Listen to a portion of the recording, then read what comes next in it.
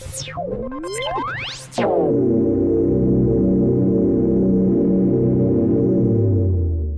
is your weekly report on corruption in the Philippine government.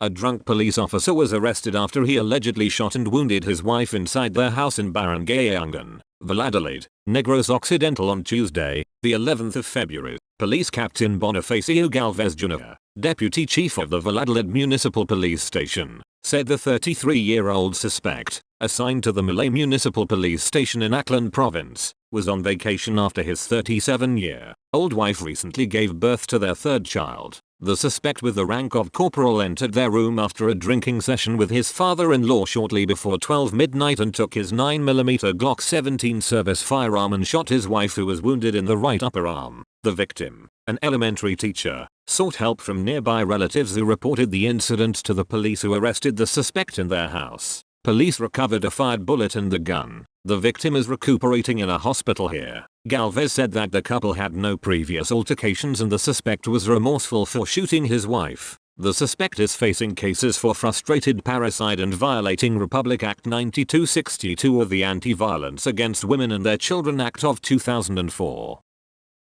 Police in Datu Abdullah Sangki, Maguindanao del Sur, has launched a manhunt for gunmen who ambushed a municipal councillor, a village councilman, and a barangay secretary on Thursday. Councillor Idris Sangki, 54, who also serves as chairperson of Barangay Kaya, was riding a motorcycle driven by Barangay Councilman Penny Balogan, 56, when unidentified assailants in a vehicle opened fire around 10:30 am. According to Lieutenant Colonel Glenn Maravisa, the town's police chief. Barangay Secretary Abdul Latif, 55, who was following the two on another motorcycle, was also hit by stray bullets. All three victims were unarmed. Sangki, an ex officio member of the town council as president of the Association of Barangay Captains, and his companions were rushed to a hospital. We strongly condemn this cowardly attack and call on our law enforcement agencies to swiftly investigate and bring the perpetrators to justice. DAS Mayor Suharto El Wali Sangki Mangadadita said in a statement.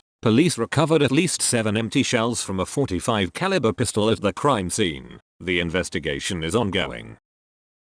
Police are hunting former Valladolid, Negros Occidental Mayor Romel Yogor, who was found guilty of graft by the Sandigan Bayan in 2019. The Sandigan Bayan 7th Division found Yogor guilty of violating Section 3E of Republic Act 3019, the Anti-Graft and Corrupt Practices Act. The Anti-Graft Court issued an arrest warrant against Yogor dated the 13th of December, 2024. Police Captain Judesis Catalogo, Negros Occidental Police spokesperson, said that the Valladolid Municipal Police Station received the arrest warrant last month and attempted to serve the document at Yogor's house in Barangay Poblacion. However, he was not present. Police returned the warrant to the issuing court after unsuccessful efforts to locate him. As part of standard operating procedure, Catalogo said a request for an alias warrant has been made to allow Yogor's arrest anytime. The complaint against Yogor and 8 others was filed by a local broadcast journalist from Valladolid in 2010. It stemmed from the municipal government's purchase of construction materials worth 230,395 pesos from his brother-in-law's hardware store, without a public bidding, for the repair and improvement of a rural health unit in 2008. Yogor was sentenced to a prison term of 6 years and 1 month to 8 years and perpetually disqualified from holding public office. The Supreme Court denied Yogor's appeal on the 3rd of March, 2022, and its ruling became final and executory on the 29th of March, 2024. Yogor's 7 other co-accused were acquitted. His former municipal engineer and vice chairman of the local bids and awards committee pleaded guilty to a lesser offense and was fined 5,000 pesos. Yogor has yet to issue any statement on his conviction. An active Philippine Air Force captain was nabbed for allegedly selling a sniper rifle in a buy-bust operation by the Philippine National Police Maritime Group 3rd Special Operation Unit in Pasay City. In an interview at Camp Crame on Friday, 3rd SOU Commander Major Marlo Gabato told reporters that one of the unit's intelligence officers discovered the captain supposedly selling the sniper rifle online for 1.2 million pesos. According to the 3rd SOU's report, the poser buyer met with the suspect and an accomplice, the latter two bringing a sedan and a sports utility vehicle, in front of a casino in Pasay City on Thursday evening. When there was a transaction, the gun was about to be sold. The suspect found us out. He shut the trunk and there was a commotion, Gabato said. During the ruckus, The second suspect fled with the sedan, carrying the sniper rifle to be sold. However, the first suspect was caught, and the SUV was inspected by authorities, who discovered a Glock 17 pistol with 14 rounds of live ammunition and an Armed Forces of the Philippines identification card belonging to another Air Force captain. The recovered firearm is believed to be government issued, subject to further verification, the third SOU report said. Further, according to Gabato, the suspect could not present a certificate of authority for exemption from the Commission on Elections gun ban. Earlier, we verified with the Firearms and Explosives offices that this Air Force captain has a record with the office that he has ownership of more than 50 firearms, Gabato explained. The suspect faces complaints for violations of the Firearms and Ammunition Regulation Act in relation to the Omnibus Election Code. The Sandigan has sentenced to 112 years in prison an official of the Department of Environment and Natural Resources in the former autonomous region in Muslim Mindanao in connection with the allegedly anomalous procurement of 3.76 million pesos worth of office supplies and equipment in 2010. In a 50-page decision promulgated on the 6th of February, the Anti-Graft Court 6th Division found Sultan Usman Sarangani guilty of 16 counts of violation of Section 3E of Republic Act 3019 or the Anti-Graft and Corrupt Practices Act. Sarangani was sentenced to 6 years and 1 month to 7 years for each of the 16 counts of the offense, or a total of 97 years and 4 months to 112 years in prison. However, Sarangani need not fully serve his jail term as the country's penal justice system limits the maximum period of imprisonment to 40 years as provided under Article 70 of the revised Penal Code. The 6th Division also perpetually disqualified Sarangani from holding public office. It acquitted Sarangani of 16 counts of violation of Section 3H of RA 3019 for failure of the Office of the Ombudsman to prove his guilt beyond reasonable doubt. The charges against Sarangani's co-accused, former DENRARMM accountant Nanayao Ndabaraton, were earlier dismissed following her death. Records showed that instead of conducting a public bidding, Sarangani and Ndabaraton resorted to small-value procurement or shopping without any valid justification. The ombudsman said the items were reportedly procured from companies owned by and registered under the name of Ndabaraton.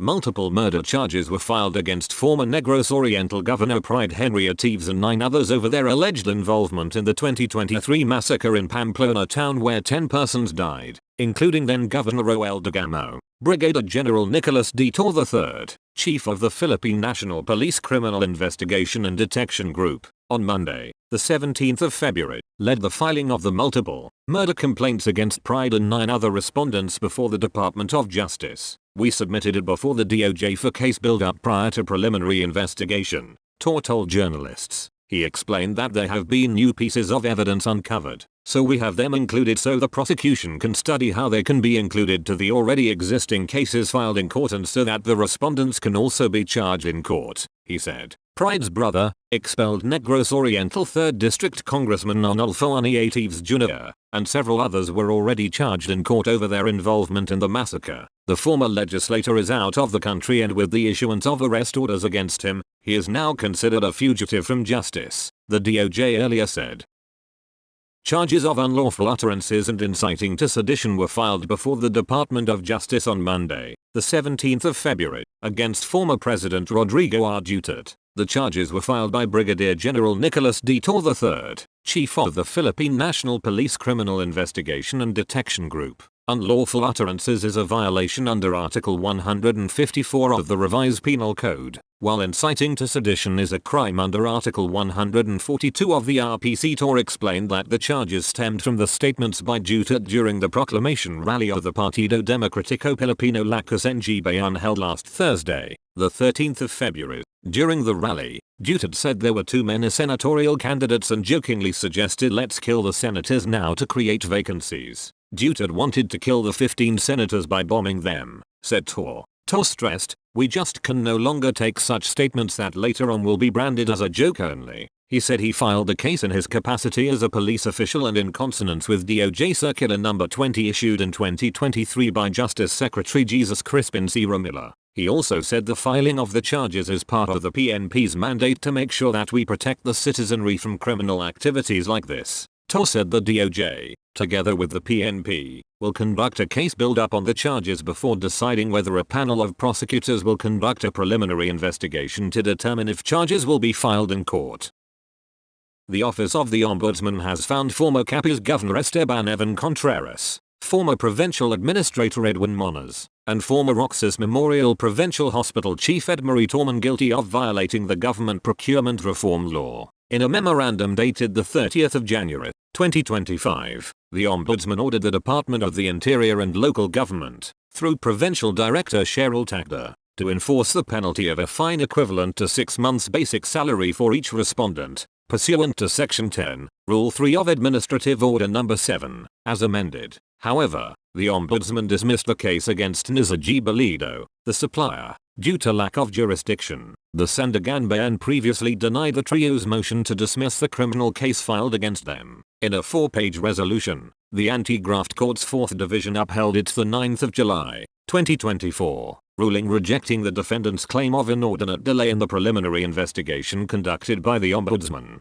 Contreras, Moniz, and Torman were charged with 1 count of violating RA 9184 over alleged irregularities in the provincial government's procurement of medical supplies in 2020 during the COVID-19 pandemic. The case stemmed from a criminal complaint filed on November 25, 2021, by incumbent Vice Governor Jamie Magbana and members of the provincial board. Prosecutors found evidence of unlawful contract splitting in the procurement of medical supplies through small value procurement. The accused argued that their right to the speedy disposition of cases had been violated, claiming that the preliminary investigation took 28 months, which they said hindered their ability to mount a proper defense. In his motion for reconsideration, Contreras contended that the allegations did not constitute an offense and reiterated the claim of inordinate delay in resolving the complaint. Torman similarly insisted that their constitutional right to a speedy disposition had been violated, as the finding of probable cause took more than 2 years. The Sandiganbayan ruled that Contreras had only until the 15th of July,